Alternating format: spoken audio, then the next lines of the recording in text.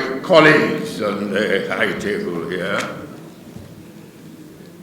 distinguished ladies and gentlemen, including distinguished ladies and gentlemen of the media, the Patriots are very concerned about the state of affairs in our pluralistic country, Nigeria. Experience all over the world has shown that pluralistic countries that have survived as political entities are those that operate truly federal constitutions. Those pluralistic countries that failed to operate truly federal constitutions have largely disintegrated. If I may give just a few examples of these, those that didn't operate pluralistic countries and disintegrated are countries like Yugoslavia, which broke up into 7 independent states, and Czechoslovakia. But those that operated truly federal constitutions and survived are India and Canada.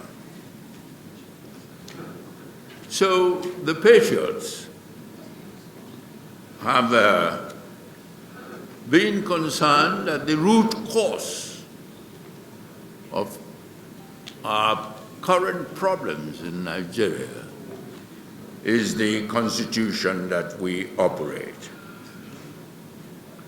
I don't need to go through the challenges facing our country.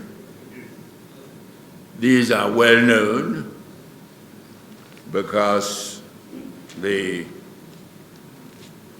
Patriots, like every Nigerian, has been aware of the challenges of insecurity in the country, the challenge of mass poverty, of unemployment, and of the dwindling sense of national unity in the country, and a host of other challenges.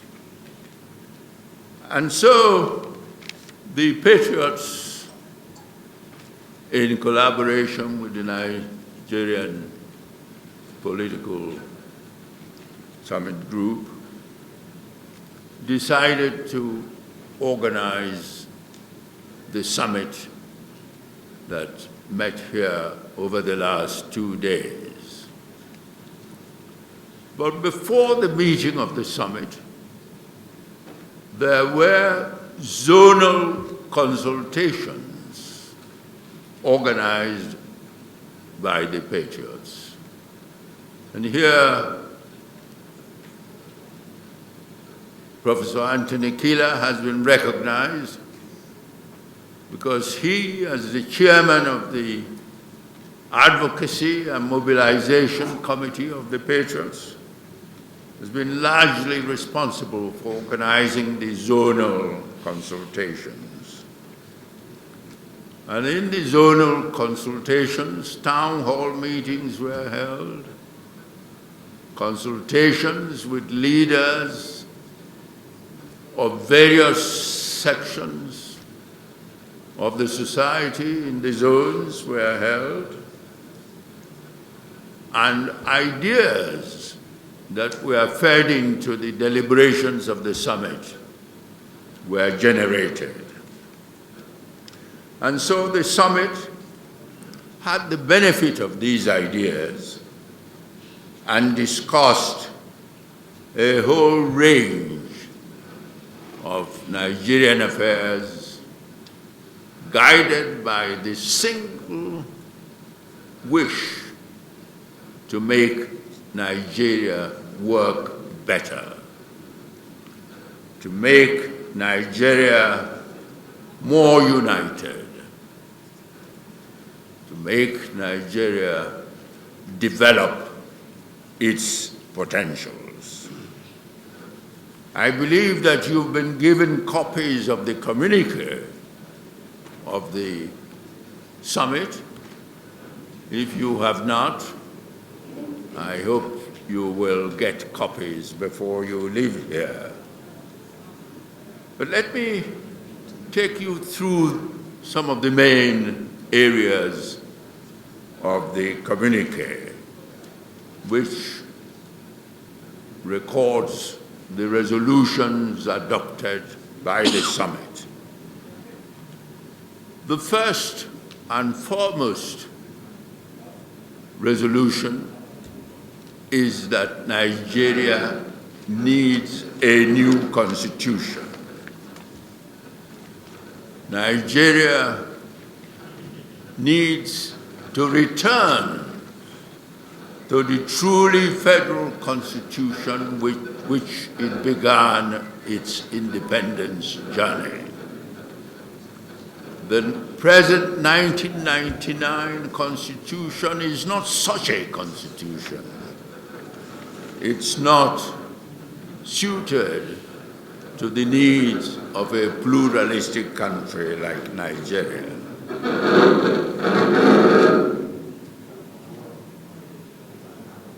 And the Patriots, of course, discussed how to actualize the new constitution that they are advocating. And they agreed that after the summit, these recommendations would be communicated to the presidency and the national summit, and that the president would be asked to send an executive bill to the National Assembly. And the executive bill should decide to have the National Assembly legislate for the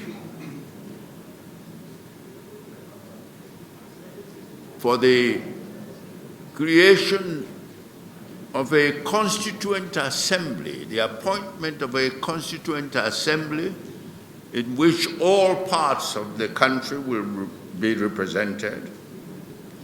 And this Constituent Assembly would have as its primary task the formulation of the new constitution for the country. And after it has formulated the new constitution, it should be submitted to the people of Nigeria in a national referendum. And it's the endorsement of the new constitution in a national referendum that will confer legitimacy to the new constitution, as against the 1999 constitution, which lacks legitimacy because it was not drafted by the representatives of the peoples of the country, nor was it endorsed by the Nigerian people. You will see in the communique that the summit, apart from advocating return to a truly federal constitution, reached a number of recommendations as to what should be in the new constitution. The recommendations range from the devolution of powers to the federating units.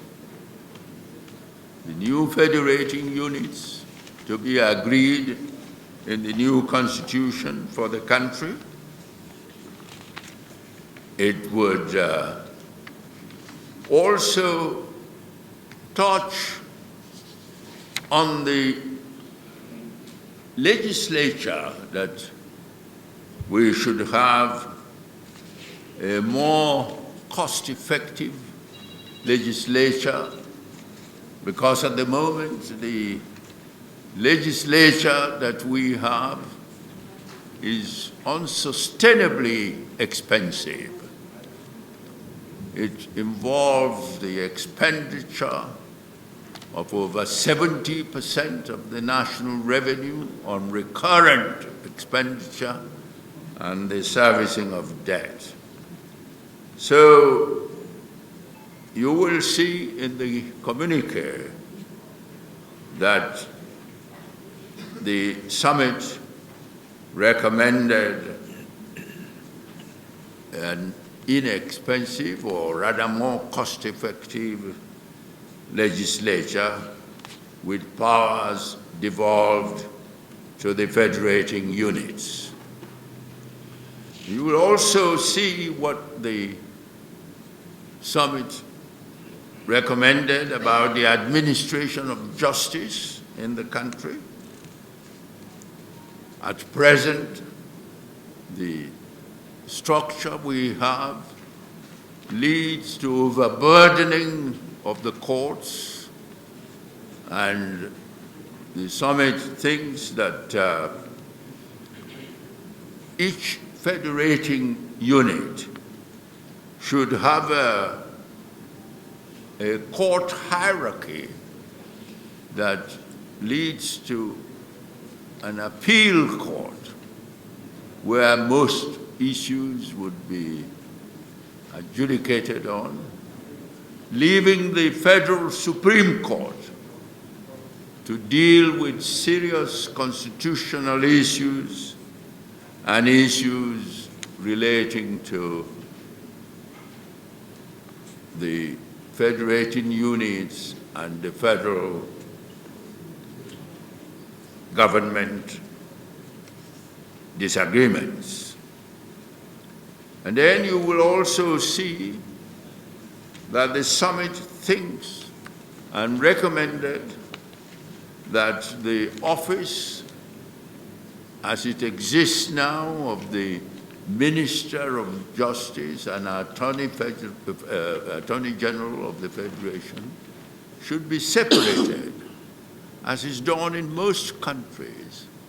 The Attorney General should be an appointee on non-partisan basis, as against the Minister of Justice, who would be appointed on a party basis. Again, you will see that the summit recommended a reform of our electoral system. We in the summit think that elections, all elections, should be held on the same day, in one day, because the current practice of staggered elections is very expensive and also prone to corruption and unhelpful influences.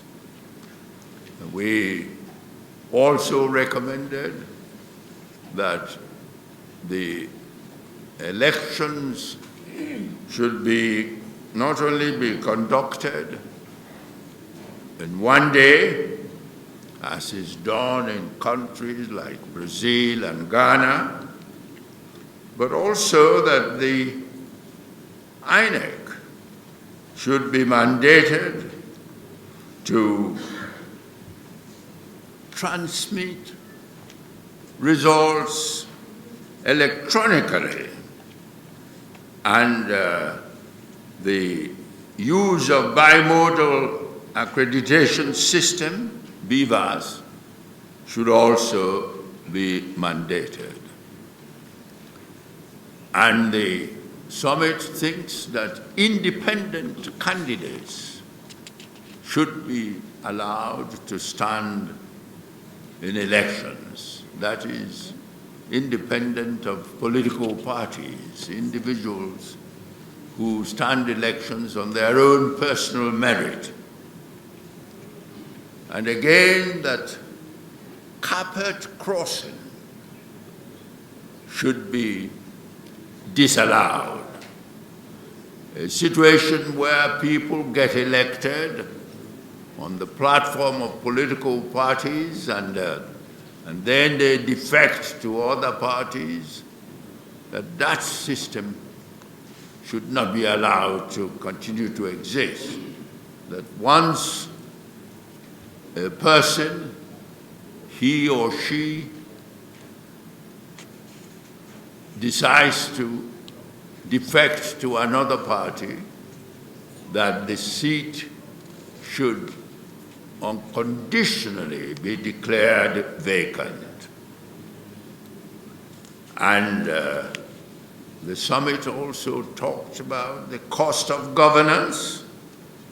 You will see that the summit is concerned about reducing the overall cost of governance, both in terms of capping the number of ministers, ministries, and agencies that should be created. And also you will see that the summit dealt with the issue of corruption and breach of public trust, as well as citizens' rights and empowerment initiatives.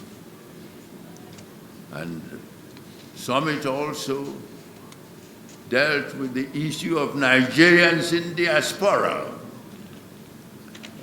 Nigerians in diaspora are making very substantial contribution to development in terms of remittances to the country, and yet they do not have any opportunity to contribute to voting in elections.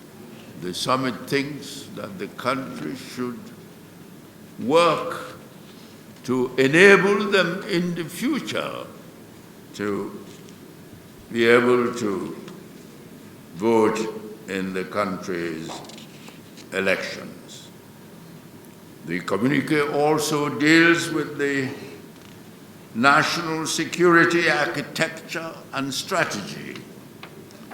And it was a matter of major concern to the summit that, for example, between May 2023 and April 2024 alone, that as many as 614,937 Nigerians were killed in the country. So the summit recommended that the security architecture be rejigged with the creation of coastal and border forces to help the police in checking the entrance to the country because of the very porous borders the country has, which has allowed entry into the country of criminals and so-called bandits from the Sahara region into the country. The summit also touched on the issue of secularity. pluralistic country like Nigeria needs to enforce its secular character. In a country as hugely populated as India and has its diversity, secularity is an essential part of the Constitution, because in a multi-religious, pluralistic country that is desired for peace and stability. And again, in the rejigging of the security structure, the summit believes that the subnational, the federating units should have their own police force, which has often been referred to as state police. The summit believes that in devolving powers to the federating units, the power to create the police force should be there. And indeed, in devolving powers to the federating units, the new Constitution should seek to return the country to the truly federal Constitution with which, as I said, we started at independence. Because then the original 3, subsequently 4 regions of the country had their own separate constitutions. And we'd like to see a return to that. And the summit also recommended that we have true fiscal federalism, whereby the federating units should manage and control their resources and revenue, because there is no part of this country that is not endowed with resources that, if properly harnessed and managed, would see that the country develops and the welfare of the citizens taken care of. So these are taking you through some of the essential points in the communique of the summit, and I hope that when you've read them, you will, if you have any questions, put your questions to me and members, my colleagues on this high table. And again, my attention has just been drawn to 2 important recommendations of the summit. One, in respect of the citizens' rights that I referred to, without telling you that the summit was concerned and recommended that the welfare of the people should be legislated so that about no less than 50% of the resources should be devoted to looking after the welfare of the people. And also the summit recommended that greater attention be paid to the needs of women, the young people, and special interest groups like people with disabilities in the new Constitution. And I hope that these recommendations will be taken into account by the Constituent Assembly that we've recommended should be constituted to draft the new Constitution. And we recommend that the Constituent Assembly should, in drafting the new Constitution, take into full account not only the 1960-63 constitutions, but also the recommendations of the 2014 National Conference, and indeed the appropriate sections of the 1999 Constitution. All these should be taken into account by the Constituent Assembly in formulating the new Constitution. So thank you all. Ladies and gentlemen, these are my opening general remarks, and I invite you to ask questions. Well, I would expect that the new Constitution should make a provision for the freedom of the media,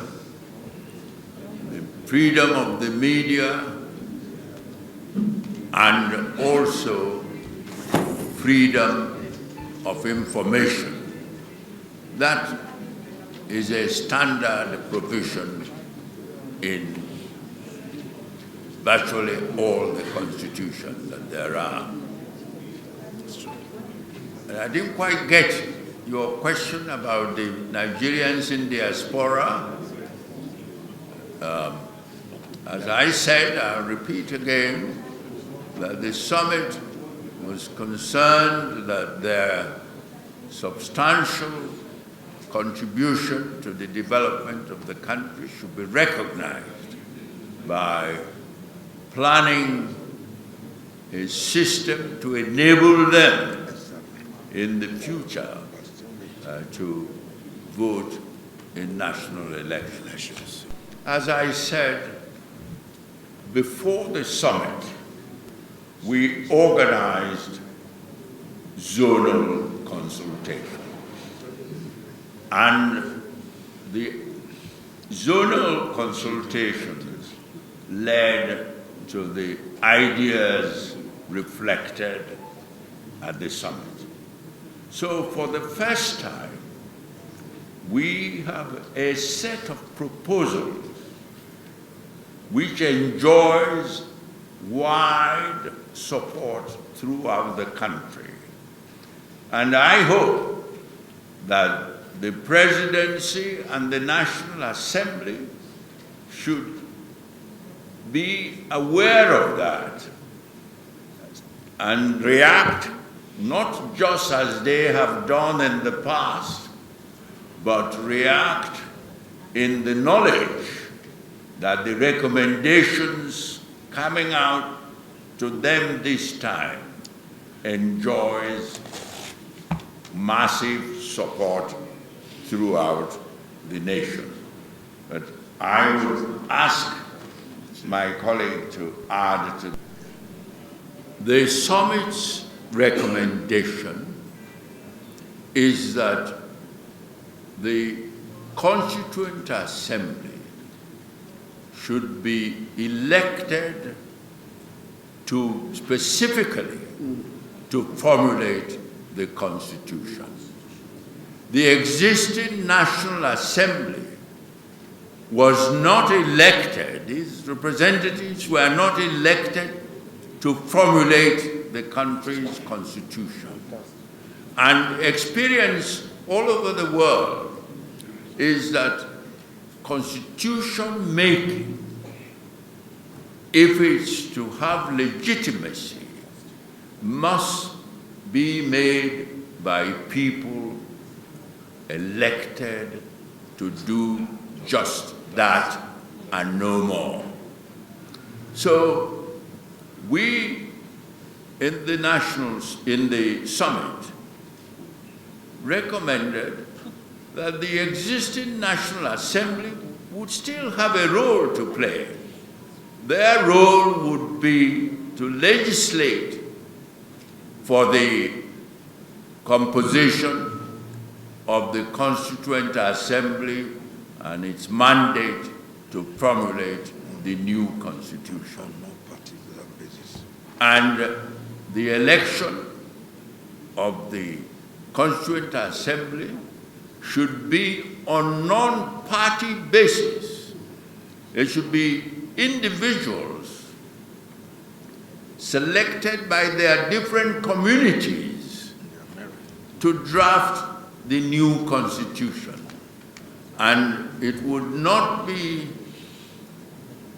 representatives of political parties, it would be representatives selected by their communities on their personal merit and standing. And that, I believe, takes care of the existing mechanism, the Constitution Review Committee of the National Assembly. The National Assembly is reviewing amendments to the 1999 Constitution. But the view of the summit is that the 1999 Constitution lacks legitimacy because it was not drafted by representatives of the people who were elected to draft that Constitution, nor was it put to the people to endorse.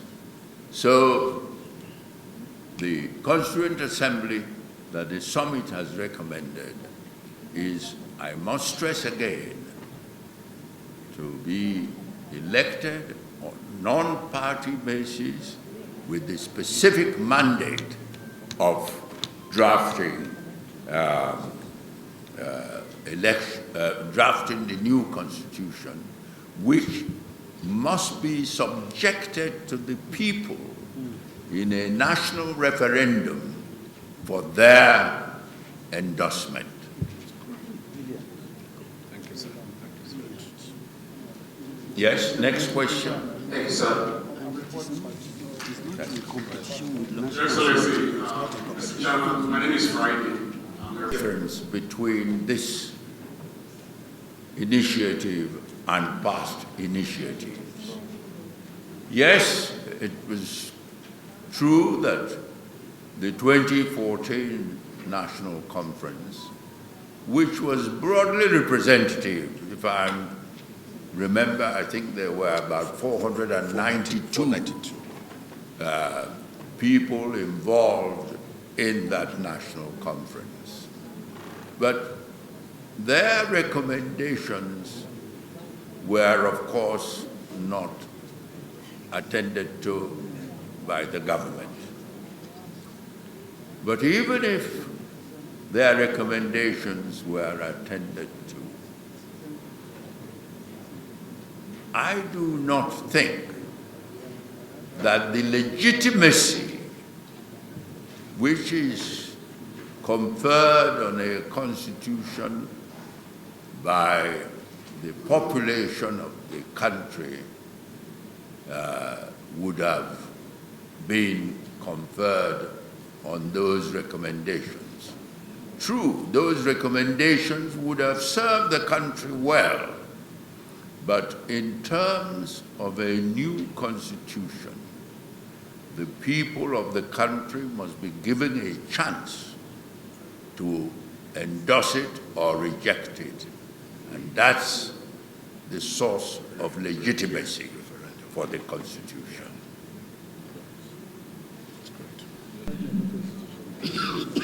The second one is on women, youth, and the vulnerable. How do you ensure that inclusion is not just on the paper, but reflected in political appointments, candidacies, and policy making? Thank you. Yes, thank you very much. On the first question, cost of governance. Don't forget everything we have done here are our recommendations to a Constituent Assembly that will be midwifed through a law promulgated by the National Assembly. We are recommending, for example, a drastic cut on the number of ministers, special advisors, senior special assistants, personal assistants, all of which lead to an over-bloated bureaucracy. In America, for example, where we borrow this presidential system of government, there are only 15 cabinet secretaries, 15, the equivalent of ministers here. Yet here we have about 46 ministers, 46. And of course, we have so many hundreds of MDAs, departments, agencies of government. We have intervened by saying this leads to wastages and it's unsustainable because currently we are using between 70 to 80% of our budgetary allocation to service debts and for recurrent expenditure. These are not sustainable. So we are recommending very strongly a very lean government that does not deplete the resources of the country so that such resources can be freed towards capital projects and for the welfare of the people. On the second question concerning women, women have always been marginalized, not only in this society but in so many societies.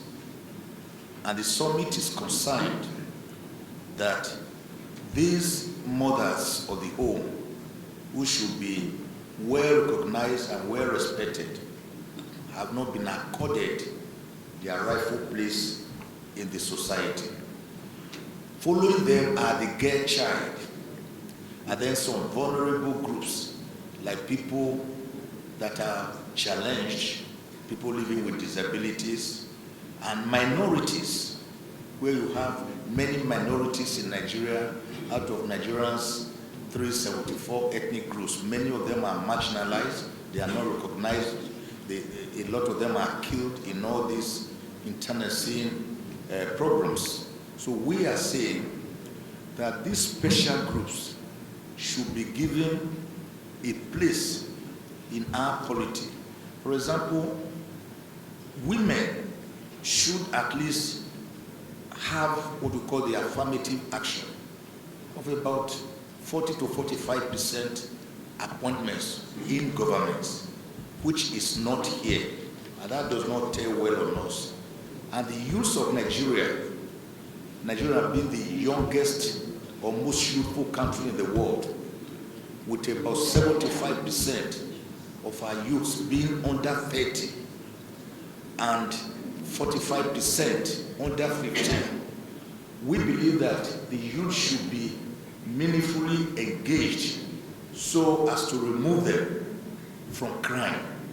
I can assure you that the provisions made or the recommendations made by the summit to the National Assembly for them to make a law appointing or electing a Constituent Assembly on a non-partisan basis will go a long way to throw up people who are not necessarily politically partisan, but who are credible and respected by their people to go and represent them.